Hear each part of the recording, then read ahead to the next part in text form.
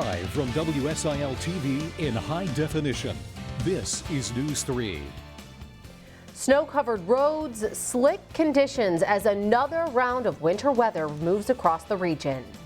Good evening. The storm moved in around midday and we've seen heavy snow and sleet at times. Some schools are already calling off classes for tomorrow. We're showing those at the bottom of your screen. Jim's watching what to expect this evening. He's in the Weather Center now with the latest for us. Jim. The most asked question all afternoon long has been, when is this going to end? When will this move away? I've got a little bit of good news. As we take a look at radar right now, the back edge of the main round of precipitation is moving into the region right now. It's really starting to clear some parts of southeast Missouri, but you can see the back edge as we draw it in there now through Randolph County, moving into Perry County, Jackson County, and to about Poplar Bluff in Butler County. That will continue a slow move to the east. Those reports now up to 1/2 of an inch of ice covering trees and power lines as winds continue to blow this evening. A little concern that we could see some power outages. We'll keep an eye on that. But for now, the good news, this mess will be moving out tonight. I think we could see a little bit of light snow late tonight on top of it. Will generally be less than an inch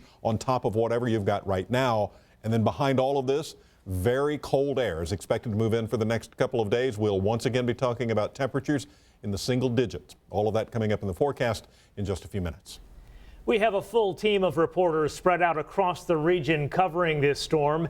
Evie Allen is in Vienna right now. Sam Jones is keeping an eye on things in Carbondale. Stephanie Tierpak is standing by in Perry County, and meteorologist Tony Lawback is in Mount Vernon. And we begin with News 3's Matthew Searcy. He's standing by live in Marion to start our coverage. Matt, how's it look out there? Guys, I'm here off of Route 13 and Interstate 57, where the freezing rain has really let up in the last hour. It's just a light drizzle right now, but that wasn't the case earlier this afternoon. Now, sleet and snow began falling on Williamson County roads just before noon today, making for difficult driving conditions. On Route 13, a spin-out caused an SUV to hop a curb, and on Interstate 57, traffic has been much slower throughout the day. State police tell me the I-57 north and southbound lanes near Marion have been the biggest problem area today. More than a dozen spinouts and fender benders have been reported, although none of the accidents are believed to be serious. As you can imagine, it's impacted travel plans as well. I spoke to one trucker who was on his way to Chicago up I-57. He said he had to pull over for the night because the roads were just too treacherous. Live in Marion, Matthew Searcy, News 3. To Jefferson County now. This is a live look at the streets of Mount Vernon tonight from one of our mobile weather labs. Meteorologist Tony Lawback is out and about keeping an eye on the conditions there. Tony, how's it look? Good, Emily. In fact, it's quite a mess. All of the roads, the highways, all the city streets are completely snow covered.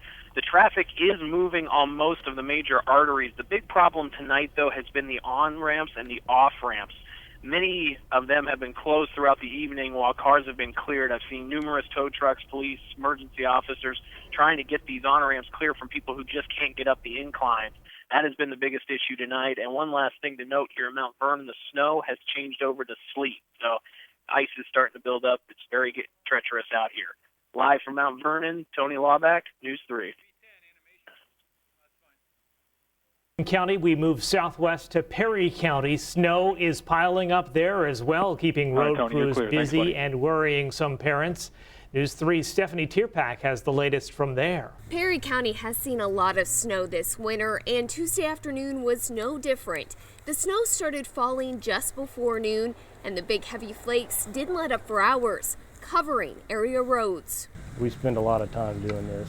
The Perry County Highway Department geared up for another storm, pre-treating the pavement in the morning and starting plows in the afternoon. I'll have 10 trucks out and probably 2 graders. County engineer Brian Otten has been keeping an eye on the forecast and was relieved to see mostly snow coming down. If the ice will fall after the snow has fallen, there's a good chance that we can push it all off and be done with it. But even without much sleet or freezing rain, some parents in Pinckneyville were worried about conditions. It's terrible. Since local school districts didn't let out until the normal dismissal time.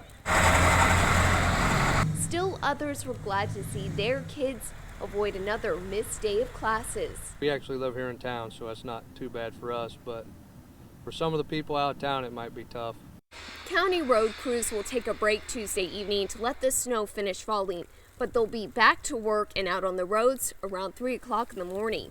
In Perry County, Stephanie Tierpak, News 3. A lot of schools dismissed early today as the snow started to fall. This was the scene at Carterville Junior High School. Classes let out at 11:30 this morning and students were sent home. Administrators say it was important to get children on the buses and back home before the worst of the winter weather hit. Conditions have been getting worse by the hour as the day went on in Carbondale. News 3's Sam Jones has been there all afternoon and she joins us now live with an update. Sam, what are you seeing? Emily, there's a steady flow of sleet here. It's tapered off a bit, but as temperatures are dropping now that the sun's gone down, both of those things are making for dangerous conditions here in Carbondale. Snowplows worked all day long trying to keep up with the elements. They're facing a daunting battle though, and drivers still packed the roads despite this storm. While braving the icy conditions, some ended up in ditches. Tow trucks like this one are busy trying to help stranded drivers all across the area. They expect a long night ahead, one filled with lots of slush and ice. We tell you this in many winter storms, but once again, it is true. Police suggest staying inside your homes and off the roads. I can tell you I've seen many cars lose control and spin out on Route 13 here beside me, even those moving slowly in the university parking lot here. Reporting live in Carbondale, Sam Jones, News 3.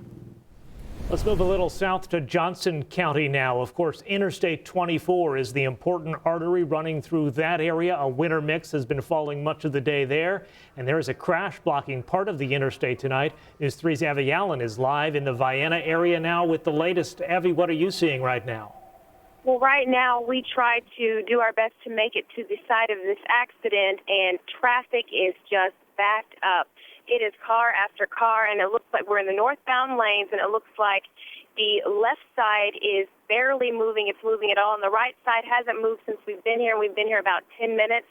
We're not sure what exactly is going on there. Police kind of scattered out about with their lights going. I don't know how much you guys can see, but traffic is pretty backed up. Now, according to Facebook posts, it could be a rollover accident, and it's on the exchange of I-57 and 24, that interchange there. Johnson County weather has been pretty slow compared to the north, further north there is.